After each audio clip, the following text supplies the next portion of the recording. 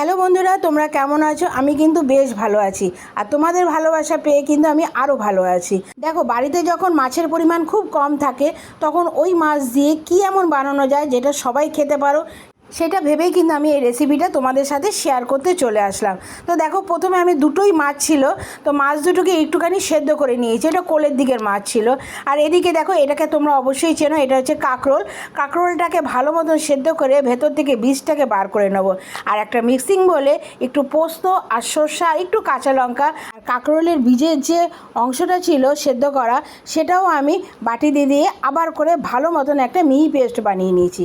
এরপর কড়াইতে সামান্য তেল দিয়ে একটা বড় সাইজের পেঁয়াজ কুচিয়ে রেখেছিলাম, সেটাকে একটু দিয়ে লাল লাল করে ভেজে নেব। এরপরে যে আমি মাছটা সেদ্ধ করে রেখেছিলাম সেখান থেকে দেখো খুব সহজেই কিন্তু কাঁটাটা বার করা যাবে, যেহেতু এটা কোলের মাছ। তোমরা পারলে কোলের মাছটাই নিও। এবার মাছের থেকে কাঁটাটা বার করে ওই মাছটাকে আমি ভাজা পেঁয়াজের মধ্যে দিয়ে দিয়েছি। তোমরা একটু কিন্তু লক্ষ্য রেখো যেন মাছের মধ্যে কোনো কাঁটা না থাকে। তারপরে দিয়ে দিয়েছিলাম সামান্য নুন আর সামান্য হলুদ গুঁড়ো।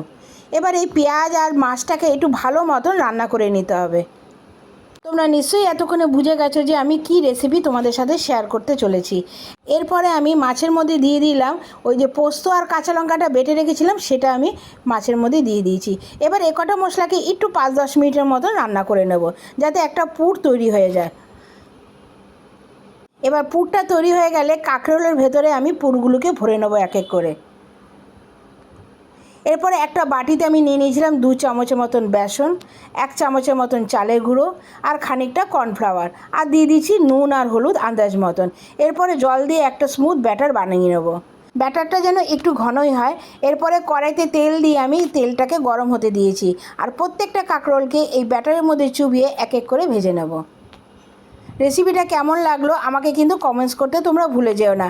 আর এই রেসিপিটা যদি তোমাদের ভালো লেগে থাকে তাহলে অবশ্যই কিন্তু একটা লাইক, কমেন্টস আর এটা বন্ধুদের সাথে শেয়ার করে দিও। আমি কিন্তু এটা গরম ভাতের সাথেই এটা সার্ভ করেছিলাম। আর তোমাদের বাড়িতে যদি কখনো মাছের পরিমাণ কম থাকে তাহলে কোনো চিন্তা ভাবনা না করে কিন্তু এই রেসিপিটা চট করে বানিয়ে ফেলো। খেতেও দারুণ লাগে আর করতেও কিন্তু খুব একটা সময় লাগে না। আমার রেসিপিটা যদি তোমরা ফেসবুক থেকে দেখে থাকো তাহলে অবশ্যই একটা ফলো করে দিও। আর যদি ইউটিউব চ্যানেল থেকে দেখে থাকো তাহলে আমার চ্যানেলটা সাবস্ক্রাইব করে আমার পাশে থেকো, এরকম নিত্য নতুন রেসিপি পাওয়ার জন্য। আর তোমরা পাশে থাকলেই কিন্তু আমি নতুন নতুন রেসিপি করার উৎসাহ পাবো। আবার আসবো, আবার দেখা হবে। তোমরা সবাই ভালো থাকো, সুস্থ থাকো। এখনের জন্য টাটা।